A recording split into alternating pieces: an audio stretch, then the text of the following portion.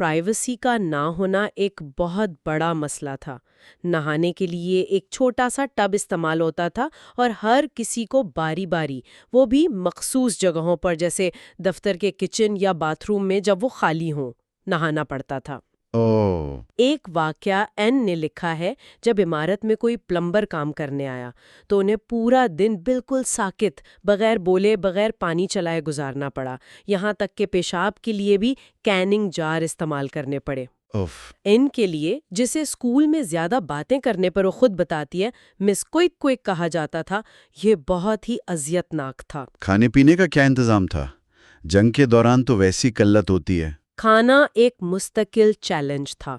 مددگار ration cards کا انتظام کرتے تھے، بلیک مارکیٹ سے بھی خریداری کرتے تھے، جو مہنگی بھی تھی اور خطرناک بھی۔ کھانا اکثر ایک جیسا ہوتا تھا، لوبیا، پالک، آلو، کبھی باسی روٹی۔ این نے مکھن کی تقسیم پر ہونے والے ایک جھگڑے کا ذکر کیا ہے۔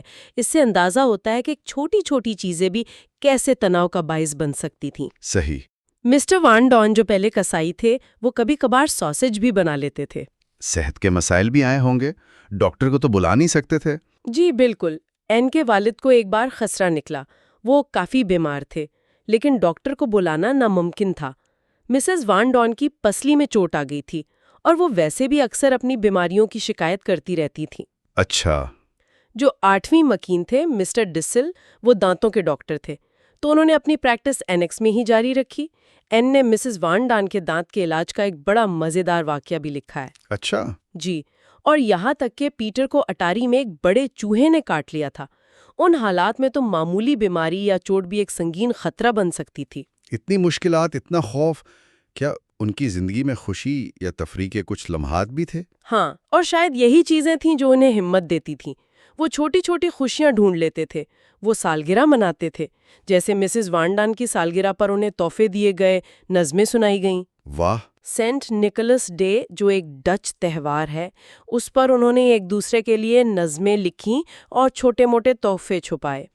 وہ کتابیں پڑھتے تھے۔ این کو خاص طور پر ایک لکھاری تھیں سسی وین مارکس ویلٹ، ان کی رومانوی کہانیاں بہت پسند تھیں۔ کبھی کبھی وہ اٹاری میں جا کر کھڑکی سے آسمان دیکھتے یا تھوڑی دھوپ سینک لیتے۔ وہ ایک دوسرے کا مذاق بھی اڑاتے تھے، جیسے پیٹر نے ایک بار دعوت نامے پر RSVP کا مطلب غلط سمجھ لیا تھا۔ اچھا۔ ایک بار تو انہوں نے بھیس بدل کر تفریح کی، پیٹر نے مسز وان ڈان کے کپڑے پہنے اور این نے پیٹر کے۔ یہ انسانی نفسیات کی بڑی دلچسپ جھلک ہے کہ انتہائی غیر معمولی حالات میں بھی معمول کی خواہش کیسے زندہ رہتی ہے۔ لیکن اتنے قریب رہنے سے تعلقات میں کشیدگی بھی تو لازمی پیدا ہوئی ہوگی۔ این کے اپنے گھر والوں اور دوسروں کے ساتھ تعلقات کیسے تھے، خاص طور پر وہ باتیں جو اس حتمی ایڈیشن میں زیادہ کھل کر سامنے آئیں؟ جی، یہ اس حتمی ایڈیشن کا ایک بہت ہی اہم پہلو ہے۔ این کے اپنے والد پم، ان کے ساتھ تعلق بہت گہرے تھے، محبت بھرے تھے۔ وہ محسوس کرتی تھی کہ والد اسے سمجھتے ہیں، لیکن کبھی کبھی اسے لگتا تھا کہ وہ مارگوٹ کی زیادہ طرفداری کرتے ہیں۔ سب سے زیادہ کشیدگی جو تھی وہ اس کی اپنی والدہ کے ساتھ تھی۔ حتمی ایڈیشن میں جو اقتباس شامل ہوئے ہیں نا، ان میں این نے بڑی بے باکی سے، بلکہ آپ کہہ لیں تلخی سے لکھا ہے کہ وہ اپنی والدہ سے محبت نہیں کر پاتی، کہ ان کا اور والدہ کا مزاج بالکل مختلف ہے، اور وہ انہیں ایک ماں کے طور پر نہیں بلکہ ایک بوجھ کے طور پر محسوس کرتی ہے۔ یہ بہت سخت باتیں ہیں جو ظاہر ہے آٹو فرینک نے شروع کے ورژن سے نکال دی تھیں۔ یہ پڑھنا یقیناً اس کی والدہ کے لیے کتنا تکلیف دے رہا ہوگا۔ این نے شاید ذکر بھی کیا اس کا۔ بالکل، این نے بعد میں لکھا بھی کہ اس کی والدہ نے یہ باتیں پڑھ لی تھیں اور وہ بہت روئی تھیں۔ این کو اس پر افسوس بھی ہوا، لیکن وہ کہتی ہے کہ میں اپنے احساسات بدل نہیں سکی۔ اسی کشیدگی کی وجہ سے وہ اکثر خود کو بہت تنہا، غیر اہم اور غلط سمجھی ہوئی محسوس کرتی تھی۔ اپنی بہن مارگوٹ کے بارے میں بھی اس کے ملے جلے جذبات تھے۔ وہ مارگوٹ کو اچھی، نیک، خوبصورت، ذہین سب مانتی تھی، لیکن ساتھ ہی اس سے جلتی بھی تھی اور اس کی خاموش طبیعت سے چڑھتی بھی تھی۔ مگر ہاں، کبھی کبھار ان میں اچھے دوستانہ لمحات بھی آتے تھے۔ اور اینکس کے جو دوسرے مکین تھے، وان ڈان فیملی اور مسٹر ڈسل، ان کے ساتھ اس کے تعلقات کیسے رہے؟ وان ڈان فیملی کے ساتھ بھی تعلقات میں اتار چڑھاؤ رہا۔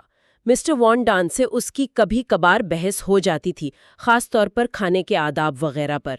مسز وان ڈان سے تو اس کی بالکل نہیں بنتی تھی۔ اچھا، این انہیں جھگڑالو سمجھتی تھی، باتونی، دوسروں کے معاملات میں ٹانگ اڑانے والی، اور یہ بھی کہ وہ اس کے والد سے فلرٹ کرنے کی کوشش کرتی ہیں، حالانکہ وہ یہ بھی مانتی تھیں کہ وہ محنتی ہیں اور صفائی پسند ہیں۔ مسز وان ڈان اکثر این کی پرورش پر تنقید کرتی تھیں کہ اگر این میری بیٹی ہوتی تو یہ بات این کو سخت ناگوار گزرتی تھی۔ اور پیٹر وان ڈان شروع میں تو این اسے بورنگ سمجھتی تھی۔ ہاں، شروع میں وہ پیٹر کو بہت شرمیلا، عجیب سا اور سست سمجھتی تھی، لیکن وقت گزرنے کے ساتھ، خاص طور پر 1944 کے شروع میں، ان کے درمیان ایک قریبی دوستی بنی اور پھر رومانوی جذبات بھی پیدا ہوئے۔ اوہ، اچھا۔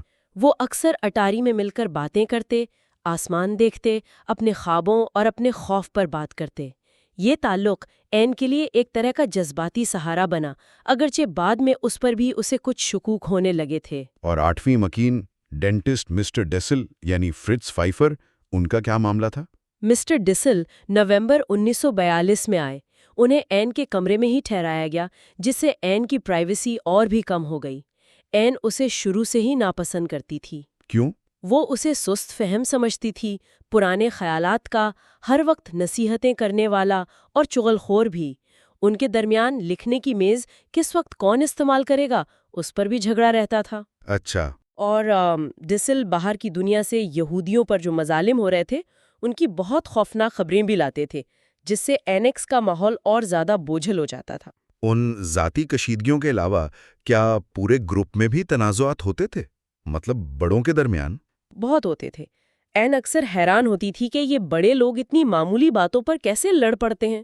خوراک کی کمی، اس کی تقسیم، صفائی کے معاملات، خاموشی اختیار کرنے کے اصول، ان سب پر اکثر بحث اور تکرار ہوتی رہتی تھی۔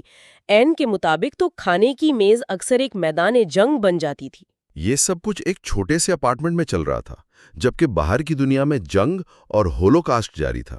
انہیں باہر کی خبریں کیسے ملتی تھی؟ ان کے جو مددگار تھے، خاص طور پر میپ گیس اور بیپ واسکویل، اور بعد میں مسٹر ڈیسل بھی، وہ انہیں باہر کی خبریں پہنچاتے تھے۔ وہ انہیں اخبار، رسالے اور جو افواہیں چل رہی ہوتی وہ بتاتے۔ انہیں یہودیوں کی گرفتاریوں کا پتہ چلتا تھا، انہیں ویسٹ بورگ جیسے کیمپوں میں بھیجے جانے کا اور وہاں کے برے حالات کا علم تھا۔ یہاں تک کہ گیس چیمبرز کے ذریعے جو قتل عام ہو رہا تھا، اس کی افواہیں بھی ان تک پہنچیں۔ یہ سن کر تو جی، یہ خبریں ان میں بہت خوف، دکھ اور اپنے پیاروں کے لیے شدید تشویش پیدا کرتی تھیں۔ این نے لکھا بھی کہ اسے اپنے محفوظ ہونے پر شدید احساس جرم ہوتا ہے۔ اس نے لکھا، گرم بستر میں سونا باعث شرمندگی ہے۔ جنگ کی جو عمومی صورتحال تھی اس کے بارے میں بھی انہیں معلومات ملتی ہوں گی؟ جی، وہ ریڈیو پر اتحادی افواج کی خبریں سنتے تھے۔ شمالی افریقہ میں اتحادیوں کی کامیابی، اسٹالن گراڈ کی جنگ، اٹلی کا ہتھیار ڈالنا، جرمنی پر شدید بمباری، یہ سب خبریں ان کے لیے امید کی کرن تھیں۔ وہ ڈی ڈے کا، یعنی اتحادیوں کے فرانس پر حملے کا بے چینی سے انتظار کر رہے تھے۔ انہیں ہالینڈ کے مقامی حالات کا بھی پتہ چلتا رہتا تھا، جیسے کرنسی کا تبدیل ہونا، بلیک مارکیٹ کی تیزی، ڈچ مزدوروں کی جبری بھرتی اور جو مزاحمتی کاروائیاں ہو رہی تھیں جیسے سرکاری ریکارڈ جلانا وغیرہ۔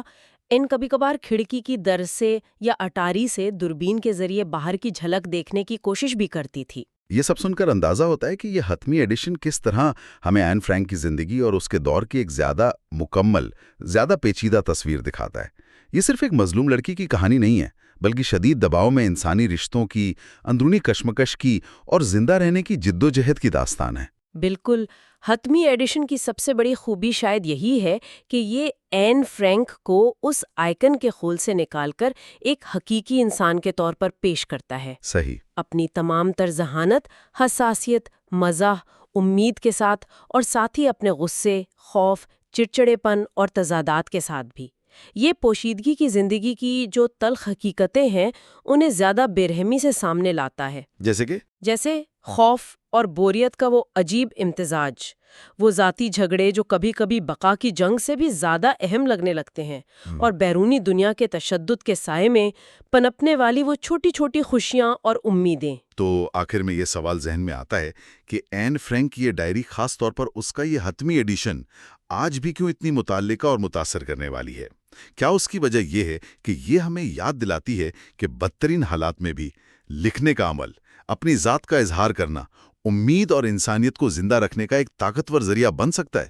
شاید یہ بھی ایک وجہ ہے، لیکن ایک اور زاویہ یہ بھی ہو سکتا ہے کہ یہ ڈائری ہمیں دکھاتی ہے کہ انتہائی غیر معمولی حالات بھی انسانی فطرت کی جو بنیادی باتیں ہیں نا، انہیں ختم نہیں کر پاتے۔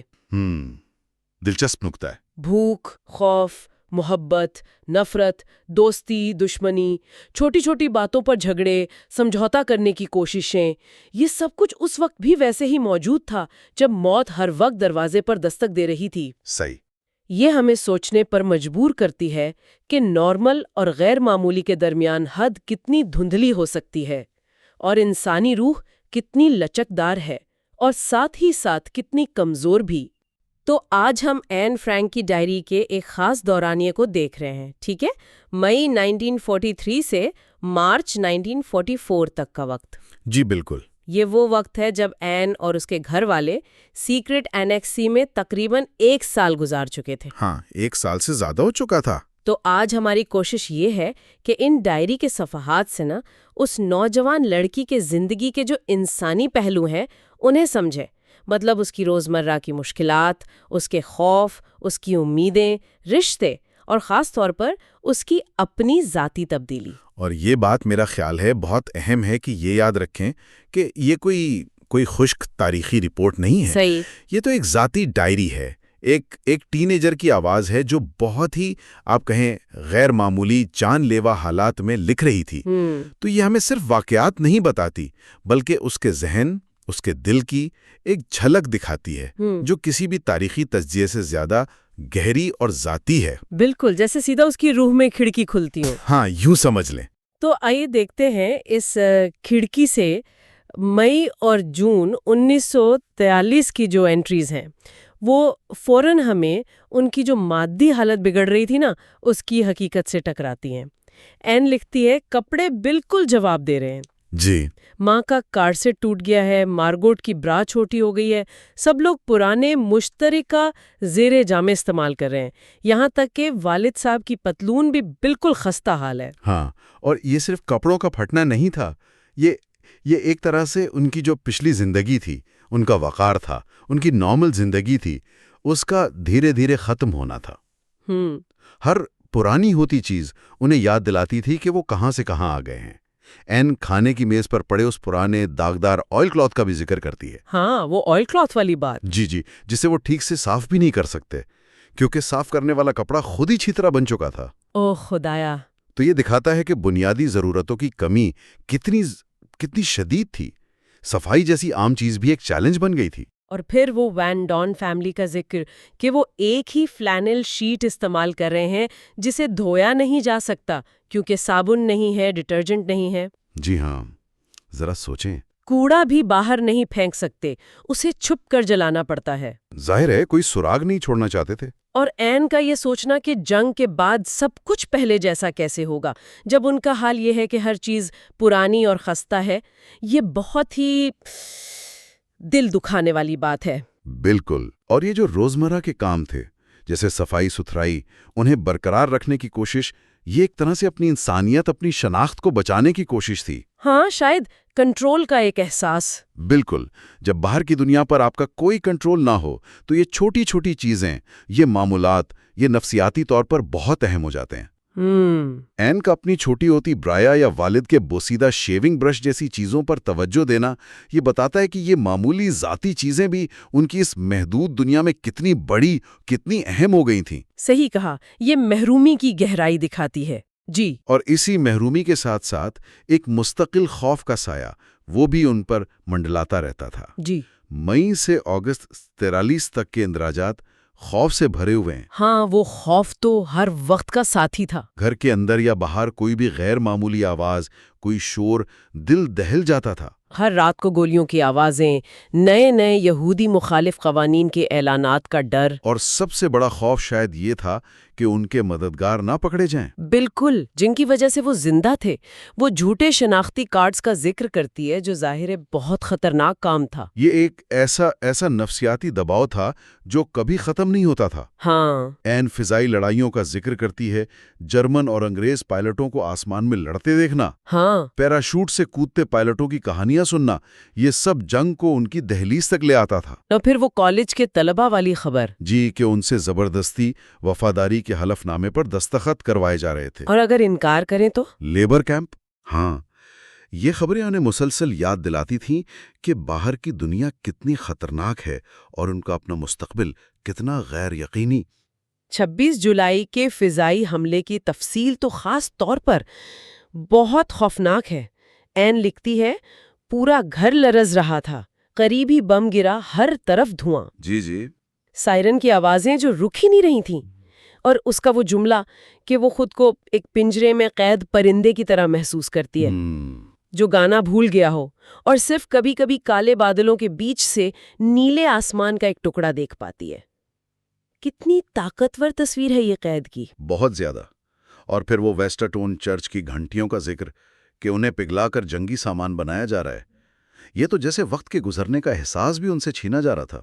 لیکن اسی خوف کے بیچ میں امید کی کرنیں بھی تو تھیں۔ بالکل، انسانی نفسیات کی یہ کمال کی بات ہے، شدید ترین خوف میں بھی امید راستہ بنا لیتی ہے۔ مسولینی کے استعفے کی خبر، وہ ان کے لیے بہت بڑی خبر تھی۔ ہاں، این اسے امن کی امید کہتی ہے۔ ریڈیو ان کی زندگی کی لائن تھی، باہر کی دنیا سے۔ اچھا، خبریں سننے کا وقت دن کا سب سے اہم لمحہ ہوتا تھا۔ اتحادی افواج کی سسلی میں لینڈنگ، ایسی خبریں ان کی امید کو زندہ رکھتی تھیں۔ اور ان کے مددگار، ان کا کردار تو وہ تو فرشتے تھے، میپ گھیس کے کتابیں لانا، کبھی سبزیاں لے آنا، بیو ووسکویل کا دفتر کے کام میں این کی مدد کرنا، مسٹر کلیمن بیمار ہونے کے باوجود ہمت اور خوش مزاجی دکھانا، ہاں، اور مسٹر ووسکویل کی مدد جب تک وہ بیمار نہیں ہوئے۔ یہ سب لوگ ان کے لیے زندگی کی علامت تھے، انہیں احساس دلاتے تھے کہ وہ بالکل اکیلے نہیں ہیں۔ صحیح۔ اور ان بڑی امیدوں کے ساتھ ساتھ چھوٹی چھوٹی خوشیاں بھی تھیں، جیسے این کی سالگرہ کے تحفے، خاص طور پر وہ یونانی اور رومی اساطیر والی کتاب۔ ہاں، اسے وہ بہت پسند آئی تھی۔ موت، پھر سینٹ نکولس ڈے پر ایک دوسرے کے لیے نظمیں لکھنا، جوتوں میں تحفے چھپانا، یہ چھوٹی چھوٹی چیزیں مشکل وقت میں بہت بڑی لگتی ہیں۔ اور کبھی کبھی خوفناک حالات میں بھی مذاق ڈھونڈ لیتے تھے، جیسے وہ فضائی حملے کے دوران ڈیسل کا گھبرا کر مسز وان ڈین کو اپنے بستر پر بلانے والا قصہ۔ ہاں، وہ تو کمال تھا۔ پڑھنا، لکھنا، روزمرہ کے کام، یہ سب ان کی، آپ کہیں کہ بچنے کی حکمت عملی کا حصہ تھے۔ لیکن ایک اور خطرہ بھی تھا، چوری کا۔ ہاں، وہ بھی تھا۔ جولائی 43 میں اور پھر مارچ 44 میں چوری ہوئی۔ اس سے ان کا خوف اور بڑھ گیا، خاص طور پر جب انہیں لگا کہ شاید چور نے ڈپلیکیٹ چابی استعمال کی ہے۔ بالکل، یہ احساس کہ ان کی چھپنے کی جگہ بھی مکمل طور پر محفوظ نہیں، یہ یقیناً بہت خوفناک رہا ہوگا۔ تو یہ بیرونی دباؤ، خوف، امید، ان سب کے ساتھ ساتھ این کی ڈائری ہمیں اندر کی دنیا میں بھی لے جاتی ہے۔ مطلب اس تنگ سی جگہ میں جو 8 لوگ رہ رہے تھے، ان کے آپس کے تعلقات، جھگڑے۔ جی ہاں، یہ تو ایک بہت اہم پہلو ہے۔ مئی 43 سے جنوری 44 تک یہ تعلقات ایک مرکزی موضوع ہیں۔ این اور مسٹر ڈسل کے بیچ وہ میز کے استعمال پر جھگڑا، ہاں، وہ تو کلاسک ہے۔ یہ دکھاتا ہے کہ کتنی چھوٹی چھوٹی باتیں بڑی بن سکتی ہیں۔ این ڈسل کو بدتمیز سمجھتی ہے، اپنی بات پر اڑنے والا، پیڈینٹک جسے کہتے ہیں۔ ہاں، پیڈینٹک، اور کبھی کبھی جھوٹا بھی۔ دیکھیں، یہ تو ہونا ہی تھا۔ 8 الگ الگ شخصیتیں، الگ عمریں، الگ پس منظر، 24 گھنٹے ایک چھوٹی سی جگہ میں قید۔ ٹکراؤ تو لازمی تھا، ظاہر ہے۔ اس میں قید کا دباؤ تھا، ذاتی ناپسندیدگیاں تھیں، نسلوں کا فرق، اور وہ خوف اور ٹینشن جو اکثر چڑچڑے پن کی شکل میں نکلتا تھا۔ این کا اپنی ماں کے ساتھ تعلق بھی کافی پیچیدہ تھا۔ جی بالکل، وہ اکثر محسوس کرتی ہے کہ ماں اسے سمجھتی نہیں، ڈائری میں کافی سخت باتیں بھی لکھتی ہے۔ لیکن دلچسپ بات یہ ہے کہ جنوری 44 میں وہ خود اپنے پچھلے رویے پر غور کرتی ہے۔ اچھا؟ ہاں، پچھتاوا ظاہر کرتی ہے، اپنی ماں کو سمجھنے کی کوشش کرتی ہے۔ یہ اس کی بڑھتی ہوئی سمجھ کی نشانی ہے۔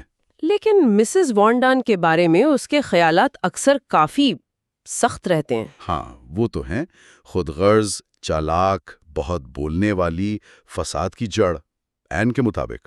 کھانے پر بحثیں، وہ فر کوٹ بیچنے پر جھگڑا۔ جی جی، اور پھر مسٹر اور مسز وانڈان کے اپنے جھگڑے، سیاست پر، سگریٹ پر، پیسوں پر۔ ہاں، اور پھر اچانک وہ او میرے پیارے پوٹی اور ڈارلنگ کرلی والا سین شروع ہو جاتا تھا۔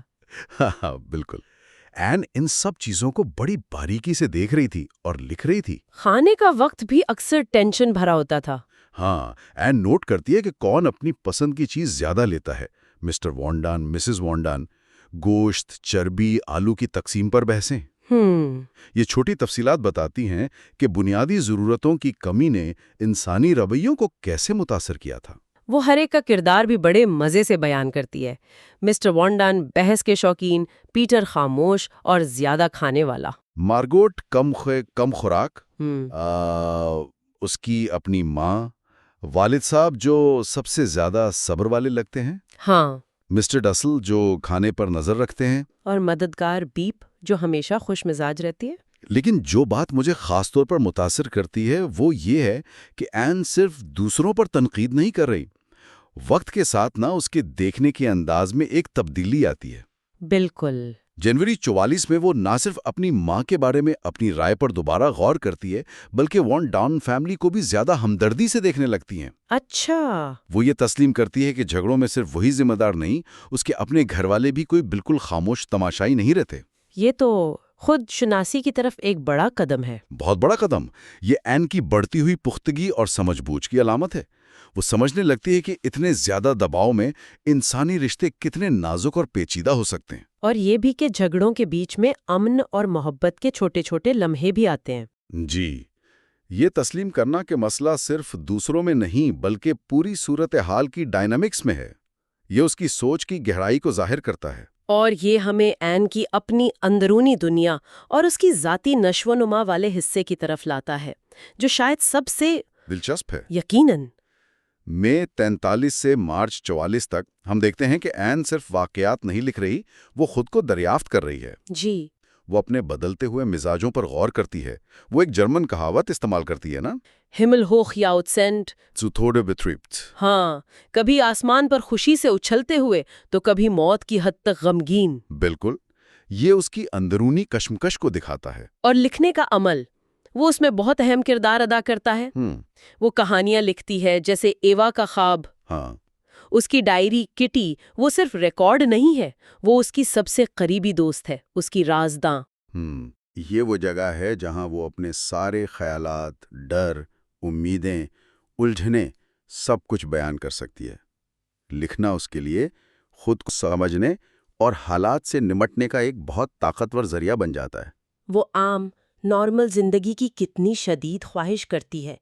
وہ لسٹ بناتی ہے کہ چھپنے کا دور ختم ہونے کے بعد سب سے پہلے کیا کرے گی۔ جی، وہ بہت دل کو چھوتی ہے۔ نہانا، کیک کھانا، اصلی کافی پینا، اور اسکول واپس جانا۔ ہاں، سب سے بڑھ کر اسکول جانا۔ یہ چھوٹی چھوٹی خواہشیں بتاتی ہیں کہ وہ کیا کچھ مس کر رہی تھی۔ اور وہ دوسروں کو کتنی گہرائی سے دیکھتی ہے، خاص طور پر کھانے کی میز پر جو وہ لوگوں کے کردار بیان کرتی ہے۔ کمال ہے۔ اور اسی دوران وہ خود بھی بدل رہی ہے۔ بلوغت کا دور ہے۔ جی، وہ اپنے جسم میں ہونے والی تبدیلیوں کو محسوس کرتی ہے، اسے ایک میٹھا راز کہتی ہے، جنسیت کے بارے میں سوچتی ہے، اپنے پرانے کرش جیک کے بارے میں لکھتی ہے۔ اور پھر پیٹر وین ڈین کے ساتھ بھی اس موضوع پر بات کرتی ہے۔ جی ہاں، بعد میں وہ ایک سچے دوست، ایک ساتھی کی شدید خواہش محسوس کرتی ہے۔ جنوری کی ایک انٹری میں اس کا ذکر ہے۔ اس کے خواب وہ بھی بہت کچھ بتاتے ہیں۔ بالکل، اپنی دوست ہانیلی کا خواب دیکھتی ہے جو باہر تکلیف میں ہو سکتی ہے، اور یہ اسے سارے یہودی لوگوں کی تکلیف یاد دلاتا ہے۔ اپنی دادی ماں کا خواب جو اسے ایک محافظ فرشتے کی طرح لگتی ہیں۔ جی، اور پیٹر شیف کا خواب جو اس کا پہلا کرش تھا۔ اور جب اس کا وہ پیارا فاؤنٹین پین جل جاتا ہے، اوہ ہاں، اس پر اس کا دکھ میری یاد میں وہ لکھتی ہے۔ یہ اس کی حساسیت دکھاتا ہے۔ جی، چھوٹی چیزوں سے کتنا لگاؤ تھا۔ اور پھر آنکھوں کی بینائی کمزور ہونا، اینک کی ضرورت پڑنا، یہ بھی ایک اضافی پریشانی تھی۔ ان حالات میں این کے جو ذہنی اور جذباتی پختگی ہے وہ واقعی حیران کن ہے۔ بہت زیادہ، خاص طور پر پیٹر وان ڈان کے ساتھ اس کا رشتہ وہ کیسے بدلتا ہے۔ ہاں، شروع میں تو وہ اسے بالکل پسند نہیں کرتی تھی، سست اور بورنگ سمجھتی تھی۔ جی، لیکن پھر آہستہ آہستہ، خاص طور پر 1944 کے شروع میں ان کے درمیان ایک تعلق بنتا ہے۔ وہ کیوں؟ شاید دونوں تنہا محسوس کرتے تھے، اپنی کمزوریاں، اپنے والدین سے مایوسی، یہ چیزیں وہ ایک دوسرے سے شیئر کرتے ہیں۔ اچھا۔ یہ ایک غیر متوقع دوستی ہے جو دھیرے دھیرے ایک رومانوی کشش میں بدلتی نظر آتی ہے، حالانکہ این خود بھی اس بارے میں تھوڑی کنفیوزڈ ہے۔ مارچ 1944 کی ایک تحریر میں وہ اپنی پرانی میں کا موازنہ کرتی ہے، وہ اسکول والی چنچل پاپولر لڑکی، ہاں، اور کہتی ہے کہ اب اسے مداحوں کی نہیں بلکہ دوستوں کی ضرورت ہے، ایسے دوست جو اس کے کردار کا احترام کریں، اس کی گہرائی کو سمجھیں۔ بالکل، یہ اس کی پختگی اور اصلی انسانی تعلق کی خواہش کو ظاہر کرتا ہے۔ اور شاید سب سے متاثر کن بات یہ ہے کہ ان تمام مشکلات اور خوف کے باوجود این میں خوشی اور خوبصورتی تلاش کرنے کی صلاحیت پیدا ہوتی ہے۔ جی ہاں، مارچ 44 کی وہ انٹری شاندار ہے۔ وہ فطرت کی خوبصورتی کا ذکر کرتی ہے، نیلا آسمان، شاہ بلوط کا درخت، پرندوں کے گیت، ہاں، اور لکھتی ہے کہ جب تک یہ سب موجود ہے وہ ناخوش نہیں ہو سکتی۔ وہ نتیجہ نکالتی ہے کہ خوشی باہر کے حالات میں نہیں، انسان کے اپنے اندر ہوتی ہے۔ باہر جاؤ، فطرت سے لطف اندوز ہو۔ اپنے اندر خوشی کو دوبارہ حاصل کرنے کی کوشش کرو۔ ایک 13 سالہ لڑکی کے لیے جو موت کے سائے میں جی رہی ہے، یہ ناقابل یقین حد تک گہری اور پرامید سوچ ہے۔ تو این فرینک کی ڈائری کے ان مہینوں کا جائزہ لیتے ہوئے ہم نے خفیہ پناہ گاہ کی زندگی کی تلخ حقیقتیں دیکھیں، خوف اور امید کے درمیان وہ مسلسل اتار چڑھاؤ محسوس کیا، تنگ جگہ میں وہ شدید انسانی رشتے دیکھے، اور سب سے بڑھ کر ایک نوجوان لڑکی کا وہ ناقابل یقین اندرونی سفر اور اس کی روح کی لچک کو دیکھا۔ بالکل، اور شاید ایک آخری بات جس پر غور کیا جا سکتا ہے وہ یہ ہے کہ کس طرح اتنے مشکل، اتنے خوفناک ماحول میں بھی انسانی روح مشاہدہ کرنے، سوچنے، بڑھنے اور تعلق بنانے کی کوشش کرتی ہے۔ شاید ان کا اپنی ڈائری کو اتنی ایمانداری اور گہرائی سے لکھنا یہ خود مزاحمت کی ایک شکل تھی، اپنی انفرادیت، اپنی سوچ، اپنی انسانیت کو بچائے رکھنے کا ایک طریقہ، جب باہر کی دنیا اسے مٹانے پر تلی ہوئی تھی۔ ہاں، اور اس کا وہ تکلیف دہ سوال جب وہ اپنی دوست ہینیلی کے بارے میں سوچتی ہے، ہمارے درمیان کیا فرق ہے، مجھے کیوں زندہ رہنا چاہیے؟ جی، یہ تقدیر، سروائیورز گلٹ اور انسانی تکالیف کی بے معنیت کے بارے میں ایسے گہرے سوالات اٹھاتا ہے جو آج بھی اتنے سالوں بعد بھی ہمیں بے چین کرتے ہیں اور سوچنے پر مجبور کرتے ہیں۔ بالکل۔ آج ہم این فرینک کی ڈائری کے کچھ بہت اہم حصوں پر بات کر رہے ہیں، خاص طور پر مارچ 1944 سے اگست 1944 تک کے اندراجات۔ جی، یہ وہ وقت تھا جب ایمسٹرڈیم میں ایک خفیہ جگہ اینیکسی جسے وہ کہتے تھے، وہاں چھپے ہوئے اس نوجوان لڑکی اور اس کے خاندان کی زندگی وہ ایک بہت نازک موڑ پر تھی۔ بالکل۔ یہ ڈائری ہمیں ان کی روزمرہ کی جو حقیقت تھی، ان کے خوف، ان کی امیدیں، اس سب کی ایک جھلک دکھاتی ہے۔ بالکل، اور یہ صرف وہ تاریخی واقعات کا بیان نہیں ہے، یہ این کی اپنی ذاتی، آپ کہہ لیں، نشو نما کی کہانی بھی ہے۔ وہ ان مہینوں میں تقریباً 15 سال کی تھیں اور انتہائی مشکل حالات میں اپنی شناخت، اپنے خیالات، اپنی آواز، وہ سب تلاش کر رہی تھیں۔ صحیح۔ ہم دیکھیں گے کہ ان بند دروازوں کے پیچھے زندگی کی تلخیاں، آپسی تعلقات اور وہ جو باہر جنگ کی گونج تھی، وہ ان پر کیسے اثر انداز ہو رہی تھیں۔ تو ہمارا مقصد یہی ہے کہ ان تحریروں سے وہ خاص نکات اور وہ احساسات نکالیں جو ہمیں این اور اینیکسی کے دوسرے مقیموں کی زندگی کی گہرائی سمجھنے میں مدد دے۔ جی، چلیے اس مواد کو دیکھتے ہیں ذرا۔ پہلا سب سے واضح چیلنج جس کا وہ سامنا کر رہے تھے وہ تو بنیادی ضرورتوں کی کمی تھی، خاص طور پر خوراک کا مسئلہ وہ بہت شدید تھا۔ این مارچ 1944 میں لکھتی ہیں کہ مکھن یا تیل جیسی چیزیں تو نایاب تھیں ہی، جی بالکل، لیکن انہیں اکثر باسی یہاں تک کہ بدبودار سبزیاں اور خراب آلوؤں پر گزارا کرنا پڑا تھا۔ وہ آلو کا ذکر کرتی ہیں جن میں طرح طرح کی بیماریاں لگی ہوئی تھیں، جنہیں وہ تلخ مذاق کے ساتھ کینسر، چیچک، خسرہ کہتی تھی۔ جی، یہ بڑی عجیب تفصیل ہے۔ ہاں، تو یہ صرف جسمانی مشقت نہیں تھی، ہے نا؟ نہیں، یقیناً نہیں۔ خوراک کی یہ جو مسلسل کمی تھی، یہ ایک طرح کا نفسیاتی بوجھ بن گئی تھی۔ اس نے انیکسی کے مکینوں کے درمیان جو پہلے سے تناؤ موجود تھا اسے اور بڑھا دیا۔ صحیح۔ ہر کوئی اپنے اپنے طریقے سے اس دباؤ کا سامنا کر رہا تھا، جیسے مسز فین ڈان کی مسلسل شکایتیں، ہاں، مسٹر فین ڈان کا زیادہ سگریٹ پینا، یہ سب اسی فرسٹریشن کا اظہار تھا۔ اچھا۔ این کی والدہ کوشش کرتی کہ پولینڈ کے جو بدتر حالات تھے ان کا ذکر کر کے صبر دلائیں، جبکہ مسٹر فرینک وہ امید قائم رکھنے پر زور دیتے۔ یہ ایک چھوٹی سی جگہ میں انسانی رد عمل کا ایک عکس تھا۔ اور اسی ماحول میں خوراک کی فکر کے ساتھ ساتھ وہ پکڑے جانے کا خوف، وہ بھی تو ہمیشہ موجود تھا۔ ہر وقت۔ اپریل 1944 میں جو چوری کی کوشش ہوئی، وہ واقعہ کتنا خوفناک رہا ہوگا؟ بہت زیادہ۔ این بتاتی ہیں کہ رات کو جب چور گودام میں گھسے اور شور ہوا تو مسٹر فین ڈان نے گھبراہٹ میں پولیس چلایا۔ جی۔ پھر وہ سب اینیکسی کے دروازے کو چھپانے والی جو کتابوں کی الماری تھی اس کے پیچھے دبک کر پولیس کے آنے کا انتظار کرنے لگے۔ اور وہ لمحہ جب پولیس اہلکار الماری کے بالکل قریب پہنچے اور پھر واپس چلے گئے۔ ہاں، یہ ان کی زندگی کی نزاکت کو ظاہر کرتا ہے۔ وہ مکمل طور پر غیر محفوظ تھے۔ ان کی بقا کا انحصار وہ میپ اور جین جیسے ان بہادر مددگاروں پر تھا جو خود بھی خطرے میں تھے۔ بالکل۔ اور پھر کچھ عرصے بعد جب مسٹر فان ہوون، جو انہیں آلو پہنچاتے تھے، وہ یہودیوں کو چھپانے کے الزام میں گرفتار ہوئے، تو یہ خوف اور بھی حقیقی ہو گیا ہوگا۔ یہ صرف ایک واقعہ نہیں تھا، یہ ان کی روزمرہ کی حقیقت کا حصہ تھا، ایک مسلسل منڈلاتا خطرہ۔ جی ہاں۔ اچھا، ان بیرونی خطرات کے بیچ این اپنی اندرونی دنیا میں بھی ایک بڑی تبدیلی سے گزر رہی تھیں۔ خاص طور پر وہ اپنی والدہ سے ایک واضح ذہنی اور جذباتی دوری محسوس کرنے لگی تھی۔ جی۔ وہ اپنی شناخت بنانے کی کوشش میں تھیں، اپنے اصول وضع کرنے کی کوشش میں۔ وہ لکھتی ہیں کہ وہ والدہ کی نصیحتیں سن سن کر وہ تھک گئی ہیں اور خود کو والدہ سے زیادہ موزوں سمجھتی ہیں۔ ہاں، یہ بہت واضح طور پر لکھتی ہیں۔ یہ بات 5 مئی کے اس خط میں کھل کر سامنے آئی جو انہوں نے اپنے والد کو لکھا، جس پر بعد میں انہیں شدید پچھتاوا بھی ہوا۔ جی بالکل۔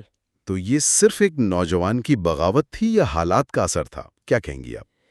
دیکھیں، یہ ایک پیچیدہ سوال ہے۔ یقیناً نوعمری کا ایک حصہ ہوتا ہے اپنی الگ شناخت بنانا، والدین سے نظریاتی طور پر الگ ہونا۔ صحیح۔ لیکن این کے معاملے میں یہ شدید دباؤ اور وہ جو محدود جگہ تھی ان حالات میں ہو رہا تھا، اور ان کی اندرونی کشمکش صرف والدین تک محدود نہیں تھی۔ وہ اکثر اپنی 2 این کا ذکر کرتی ہیں۔ ہاں، یہ بڑا دلچسپ ہے۔ ایک وہ جو سب کو نظر آتی ہے، خوش مزاج، باتونی، اور دوسری وہ جو گہری ہے، حساس ہے اور اکثر اداس رہتی ہے۔ وہ 1 اگست کو لکھتی ہیں کہ انہیں ڈر لگتا ہے کہ لوگ ان کی اس گہری شخصیت کو نہیں سمجھتے۔ یہ شاید ان حالات میں خود کو محفوظ رکھنے اور ساتھ ہی اپنی اصلیت کو برقرار رکھنے کی ایک کوشش تھی۔ اور اسی اندرونی کشمکش کے دوران ان کی ایک خواہش بہت واضح ہو کر سامنے آتی ہے، لکھنے کی۔ جی ہاں۔ یہ صرف ڈائری لکھنا نہیں تھا، یہ ایک سنجیدہ مقصد تھا۔ وہ 5 اپریل کو لکھتی ہیں کہ لکھنا انہیں کس طرح سب کچھ بھلا دیتا ہے۔ ہاں بالکل۔ یہ ان کے لیے ایک طرح کا فرار بھی تھا اور خود کو سمجھنے کا ذریعہ بھی، بلکہ انہوں نے تو اینیکسی میں گزرے وقت پر ایک ناول لکھنے کا بھی منصوبہ بنایا تھا۔ جی ہاں، ہیٹ آخٹر ہاؤس یعنی دی سیکرٹ اینیکس نام سے لکھنا ان کے لیے آپ کہہ لیں زندہ رہنے کی علامت بن گیا تھا۔ واہ! اور یہ صرف ذاتی احساسات لکھنے تک محدود نہیں تھا، وہ تاریخ، شجرہ نسب، اساطیر، ان سب میں دلچسپی لیتی تھی۔ اچھا۔ وہ جنگ کے مقصد، انسانی فطرت کی اچھائی اور برائی، عورتوں کے معاشرتی کردار جیسے بڑے سوالات پر بھی غور کرتی تھیں۔ 15 جولائی کو تمام تر تباہی کے باوجود وہ لکھتی ہیں، میرا اب بھی ماننا ہے کہ لوگ دل سے اچھے ہوتے ہیں۔ کمال ہے۔ یہ حیران کن رہے کہ اتنی کم عمری میں اور ان حالات میں وہ اتنی گہرائی سے سوچ رہی تھیں۔